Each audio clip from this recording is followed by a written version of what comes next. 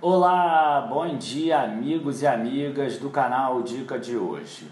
No vídeo de hoje, sábado, a gente sempre fala sobre macroeconomia, a gente vai falar sobre os índices de preços. E por que é importante falar sobre os índices de preços? Porque sempre que a gente pensa em investimento a longo prazo, 20 anos, 30 anos, eu botei 10 mil reais agora, quanto eu vou ter daqui a 30 anos? A gente não pode fazer uma conta simples.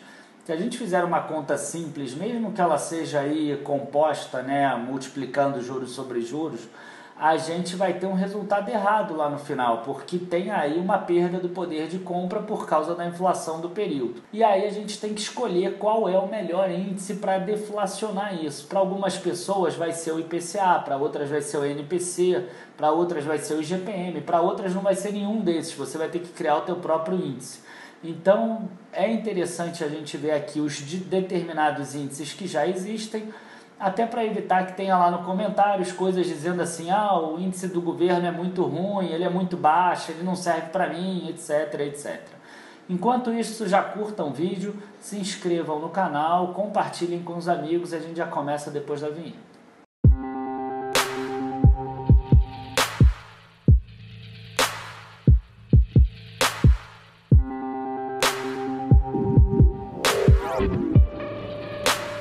Bom, vamos começar falando pelo IPCA, que é o mais conhecido, é o índice oficial do governo, é o que eles usam aí para corrigir vários acordos, vários contratos. E o IPCA, ele é um índice de consumo, índice de preço ao consumidor amplo, é medido com famílias que ganhem de 1 a 40 salários mínimos, não necessariamente renda proveniente de salário.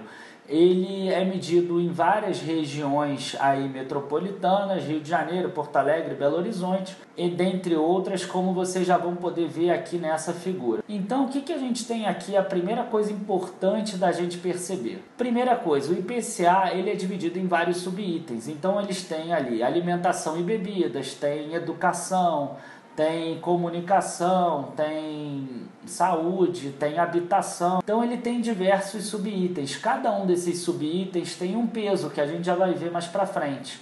E cada uma das regiões tem uma inflação diferente e um peso diferente também. Então é importante a gente sempre analisar aí o índice da tua região, é a primeira coisa que você tem que fazer. Então, só para dar um exemplo aqui nessa figura, a gente vê que o Distrito Federal teve uma inflação de 4,31% nos últimos 12 meses, enquanto a média nacional é 2,80%. Então, muito provavelmente, esse nível de 2,80% não serve para uma pessoa que está morando no Distrito Federal. Ele é maior. Aí a gente pega aqui apenas um item, alimentação e bebidas. A gente vai ver que ele teve deflação em todas as regiões, menos no próprio Distrito Federal, mas o que me chama a atenção é que a alimentação no domicílio teve uma deflação maior. Então, às vezes, a pessoa que sempre come fora de casa, ela não viu essa deflação aí nos preços dos alimentos. Ela viu aí um aumento, às vezes, no preço dos alimentos, porque a alimentação fora de casa, ela subiu, tá? Que eu não coloquei aqui, mas ela subiu em várias dessas regiões, e por isso que a média ficou uma deflação um pouco menor. Então, é outra coisa importante da gente analisar aí.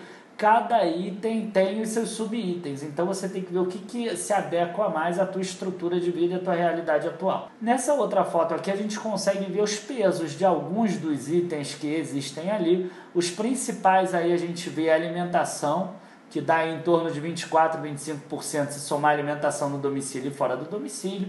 A gente vê que a habitação ainda gasta aí 15,70%.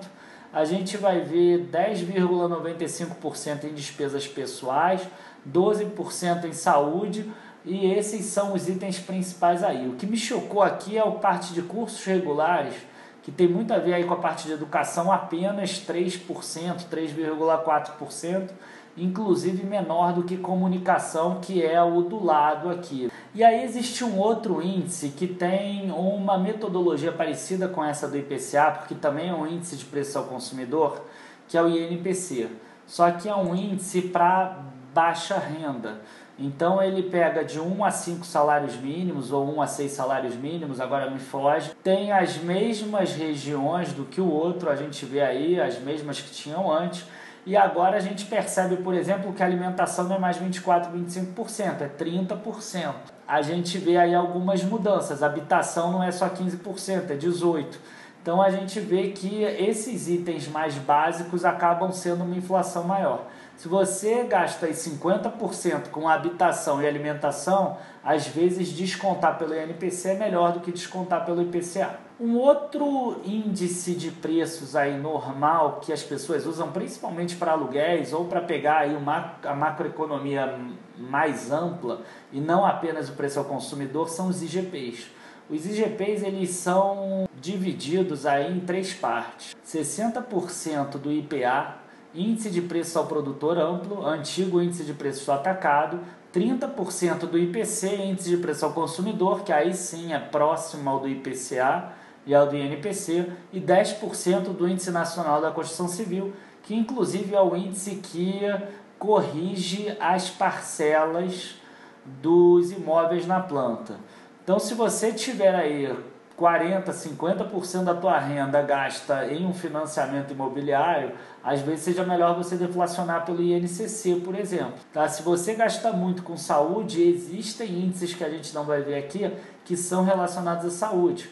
Existe um outro índice que a gente também não vai ver aqui, que é o índice de custo de vida do DIEESE. Então você tem outras formas aí, outros índices para você ver qual se adequa melhor à tua vida, ao teu perfil de vida, e que você vai conseguir aí deflacionar de uma forma melhor para calcular exatamente quanto você precisa juntar a cada mês para daqui a 20 anos você não ter surpresas desagradáveis aí. Existem 3 IGPs. A única diferença entre eles é a medição, a data da medição. Então a gente tem o IGP-10, que ele é medido do dia 11 ao dia 10, o IGP-M, que é medido do dia 21 ao dia 20 do mês seguinte, e o IGP-DI, que é calculado exatamente no próprio mês, como vocês podem ver aqui nessa foto. E aí, gente, o que eu peguei aqui e fiz? Eu resolvi fazer uma comparação entre esses índices desde 1995 até 2016.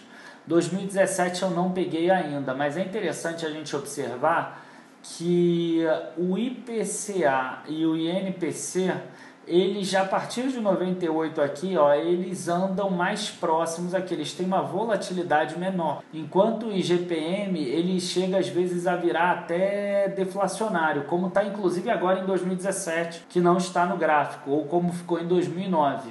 O IPCA e o INPC não chegaram a ficar deflacionário. E o IGPM, ele às vezes ele anda muito para cima, ali ó, 25% em 2002, 20% em 99, mais de 10% aí em 2010 e etc.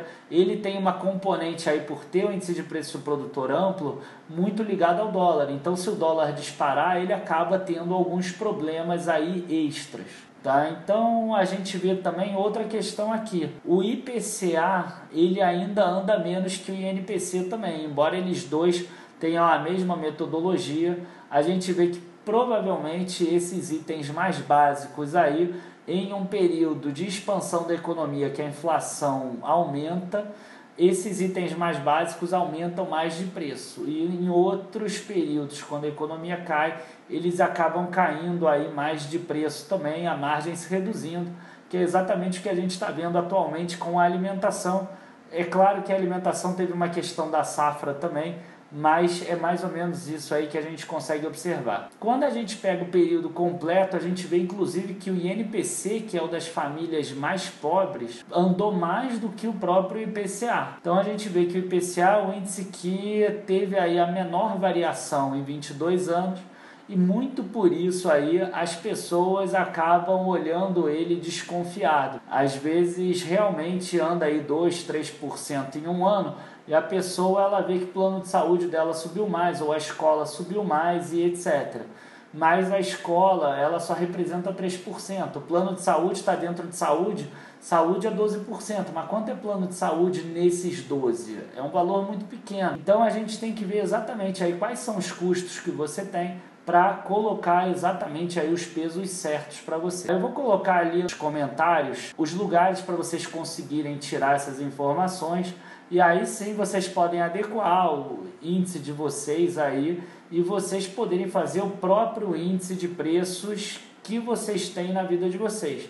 que tenham a ver com o estilo de vida de vocês. E aí vocês podem ver qual o juro real que vocês estão ganhando. Eu queria agradecer agora a todos. Muito obrigado por estarem acompanhando esse vídeo. Não se esqueçam de entrar lá, www.dicadehoje7.com. Quinta-feira eu coloquei um artigo analisando Movida, que ficou bem interessante. Também não se esqueçam de entrar na área de membros. Tá cada vez melhor ali, muito legal os relatórios, os vídeos. Vídeo para quem é membro, quarta-feira passada saiu de Eneva lá na área de membros, Enev 3. Muito obrigado a todos, abraços, bons investimentos, bom final de semana. Tchau, tchau.